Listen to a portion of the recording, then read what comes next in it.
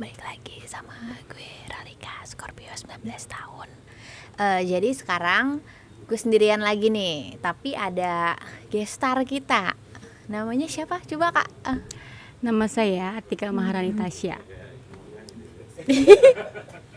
Coba, kan tadi kan gue perkenalannya pakai Ralika Scorpio 19 tahun. Oke. Ini apa nih? Atika _ Taurus 23 tahun. 23 tahun. Nah, sekarang gue sendiri karena teman-teman gue nih biasanya si Cinta dan Kak Jain lagi nggak bisa. Sekarang kita cerita-cerita horornya bareng sama Kak Atika ini. Jadi Kak Atika punya cerita horor apa nih? Coba. Ceritanya tahun berapa ya? 2019 atau 20 kan gue itu ikut himpunan. Nah, setiap tahun itu himpunan kan kita latihan ya, kayak ke puncak gitu, Kayak LDK gitu. Terus dari situ kan pasti kalau mahasiswa nyari villanya yang murah dan bisa menampung banyak orang. Iya. Nah, terus dari gue itu seksi acara, kita memilih villa yang besar, terus ada kolam renangnya dan juga itu murah. Terus tapi awal-awalnya sih biasa aja ya. Terus ya udah kita booking itu 2 hari, dari Jumat malam Sabtu sampai hari Minggu. Sebenarnya sih biasa aja ya awal-awal. Berarti itu 1 malam gitu. 1 malam. 1 malam. Pokoknya hari Minggu kita pulang. Nah, ya udah awalnya biasa aja kan. Terus ya udah kita jadi fix di villa tersebut. Terus tuh kan kalau misalnya LDK atau LDH itu ada jurit malam ya. Iya. Nah, dari awalnya tuh kita salah untuk check-innya itu di jam, aturan kan sore ya. Nah, kita baru datang itu di jam 8 malam. Di jam 8 malam itu kan udah kayak banyak lah kayak maba-maba yang sakit gitu kan. Kita di situ kan emang dijajarin gitu mahasiswa barunya, dan dari situ mulai ada yang ya biasalah kalau misalnya kita datang ke tempat baru kan ada juga ya penunggunya. Nah, dari situ mulai kayak kesurupan. Oke, terus pas malamnya itu kita lanjut jurit malam. Di jurit malam itu untuk di pos terakhir itu emang agak jauh dari villanya. Nah, dari situ sekitar jam 2 itu mulai banyak mahasiswanya sih yang dari 1 kesurupan jadi 3, 4 gitu kan. Nah, udah tuh kan kalau kayak gitu biasa aja ya, karena kan kalau di puncak emang biasa yang villa-villa itu serem ya. Apalagi kalau misalnya villa murah dan memuat banyak orang. Terus abis dari situ kita udah nenangin, tapi kan biasanya kalau misalnya kata senior itu kita harus bawa garam kasar ya. Kita udah bawa, tapi tetap aja kayak yang anak satu ini tuh dia tuh keluar masuk terus dari penunggunya, karena katanya kita tuh jorok sama salah satu kamar yang di atas itu kan nggak boleh dibuka, tapi sama mahasiswa baru itu dibuka dan mereka merokok di dalam situ kan. Karena kan kita juga sendiri dari panitia itu nggak boleh bawa rokok ataupun yang lain ya. Nah, mereka tuh masuk ke ruangan itu dan mungkin penghuninya marah. Terus dari situ kita kan udah menuju pagi. Nah, pagi tuh masih banyak banget yang kesurupan. Karena kan dari pagi tuh kita ada outbound. Nah, outboundnya juga awalnya kolam berenang itu boleh dipakai. Nah, terus pas kita pakai tuh tiba-tiba nggak dibolehin karena katanya takut kotor. Tapi kan dari situ ada kejadian yang janggal juga.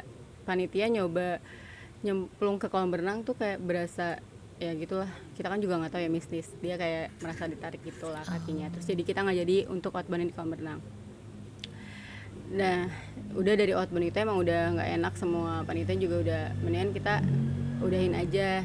Terus nah, teman gue yang satu ini tuh dia tuh biasanya nggak sensitif ya, tapi dari pas abis outbound itu dia sensitif banget sampai dia tuh nggak mau pulang.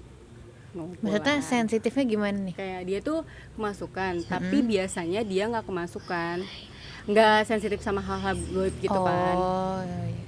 Udah tuh dia di situ kan juga katanya lagi haid. Nah, sampai katanya kan kalau misal check out itu jam 12 ya. Jam 12 itu kita baru briefing mau keluar dari villa. Tapi kan namanya acara pasti kan kita nggak tahu ya ngaret-ngaretnya panitia gitu kan. Nah, pas di acara di jam 12 itu kita habis doa. Habis doa tuh bener-bener langsung kayak semuanya tuh kerasukan masal gitu loh. Jadi kayak kita bingung mau nanganin yang mana dulu. Terus abis dari situ kata mereka si penunggunya, kita banyak melanggar aturan, terus banyak berbuat yang jorok gitu, kayak misalnya haid buangnya nggak di tempat sampah atau dimanapun. Menurut gue kan gue kayak nggak percaya yang kayak gitu ya, tapi pas gue lihat tuh kayak ini beneran anjir gitu. Sampai kalau gue lihat foto-foto di villa itu kayak takut banget loh gitu. Sampai itu dia enggak dari kesusahan massal itu, sampai satu teman gue itu sampai sekarang dia tuh harus berobat ke orang pinter gitu, karena pas waktu kita mau pulang dia tuh penunggunya di situ tuh suka sama dia dan jiwanya dia itu, tapi gue juga nggak tahu sih jiwanya itu mau diambil sama penunggu di situ. Dia tuh sampai nangis nggak mau pulang, maunya di situ aja kan, sampai kita bujuk banget. Akhirnya kan dia mau pulang ya, tapi dari situ dia kalau misalnya kelas pagi atau sampai sore itu dia tetap kayak masih halusinasi, dan sampai sekarang dia masih berobat. Sampai sekarang? Dari Kayak 2020 itu? Sampai lulus tuh dia kayak gimana ya, kayak masih agak beda gitu, anak kecil kan, yang suka sama dia itu anak kecil. Nah, yang temen gue ini tuh emang dia kayak anak kecil sih, badannya kecil, kayak dipanggilnya juga si bocil. Terus beneran kayak sebenarnya jiwa dia tuh disukain sama penunggu situ, tapi kan cewek, yang anak kecilnya itu juga cewek. Nah, villa itu villa kayak keluarga apa ya, kayak keluarga Belanda gitu.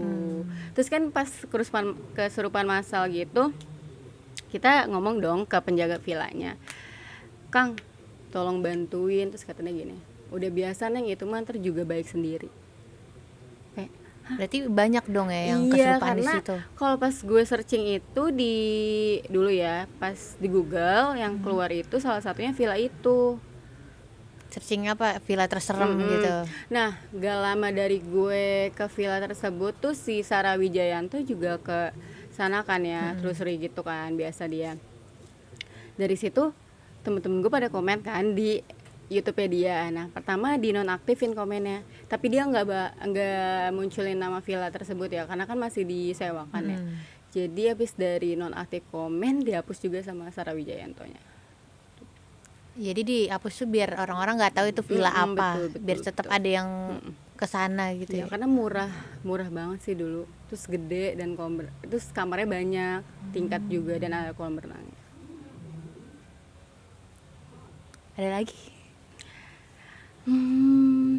Tapi cukup seram sih itu. Sampai sekarang tuh gue gara-gara kalau keinget villa itu kayak takut gitu kalau misalnya tidur. Kayak takut deh. Tapi lu selama di sana tuh nggak digangguin gitu?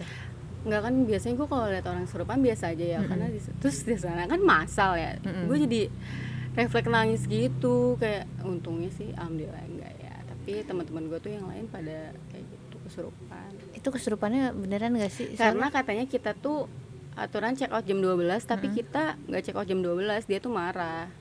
Berarti itu siang-siang dong? Iya, siang-siang. Itu siang-siang terus pada nangis, teriak-teriakan. Sampai tuh biasanya kan kalau habis acara kan upload foto ya, itu tuh nggak ada upload foto sama sekali di villa itu, karena kita takut.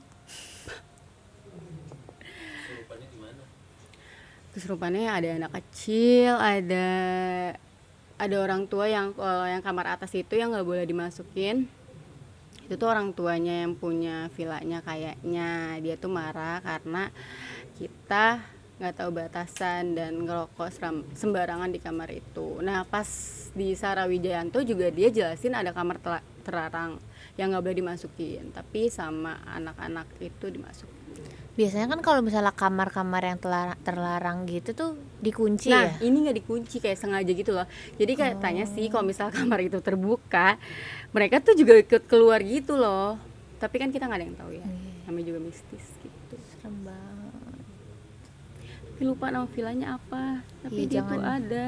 Jangan dikasih tahu juga nanti. Pokoknya dia deket Taman Safari. Yang waktu itu kita nginep di villa itu dia satu gang, tapi dia lebih ke belakang. Yang naik-naikan itu Iya, di gang-gang naik-naikan. kayak masuk gang-gang Iya, gitu. betul.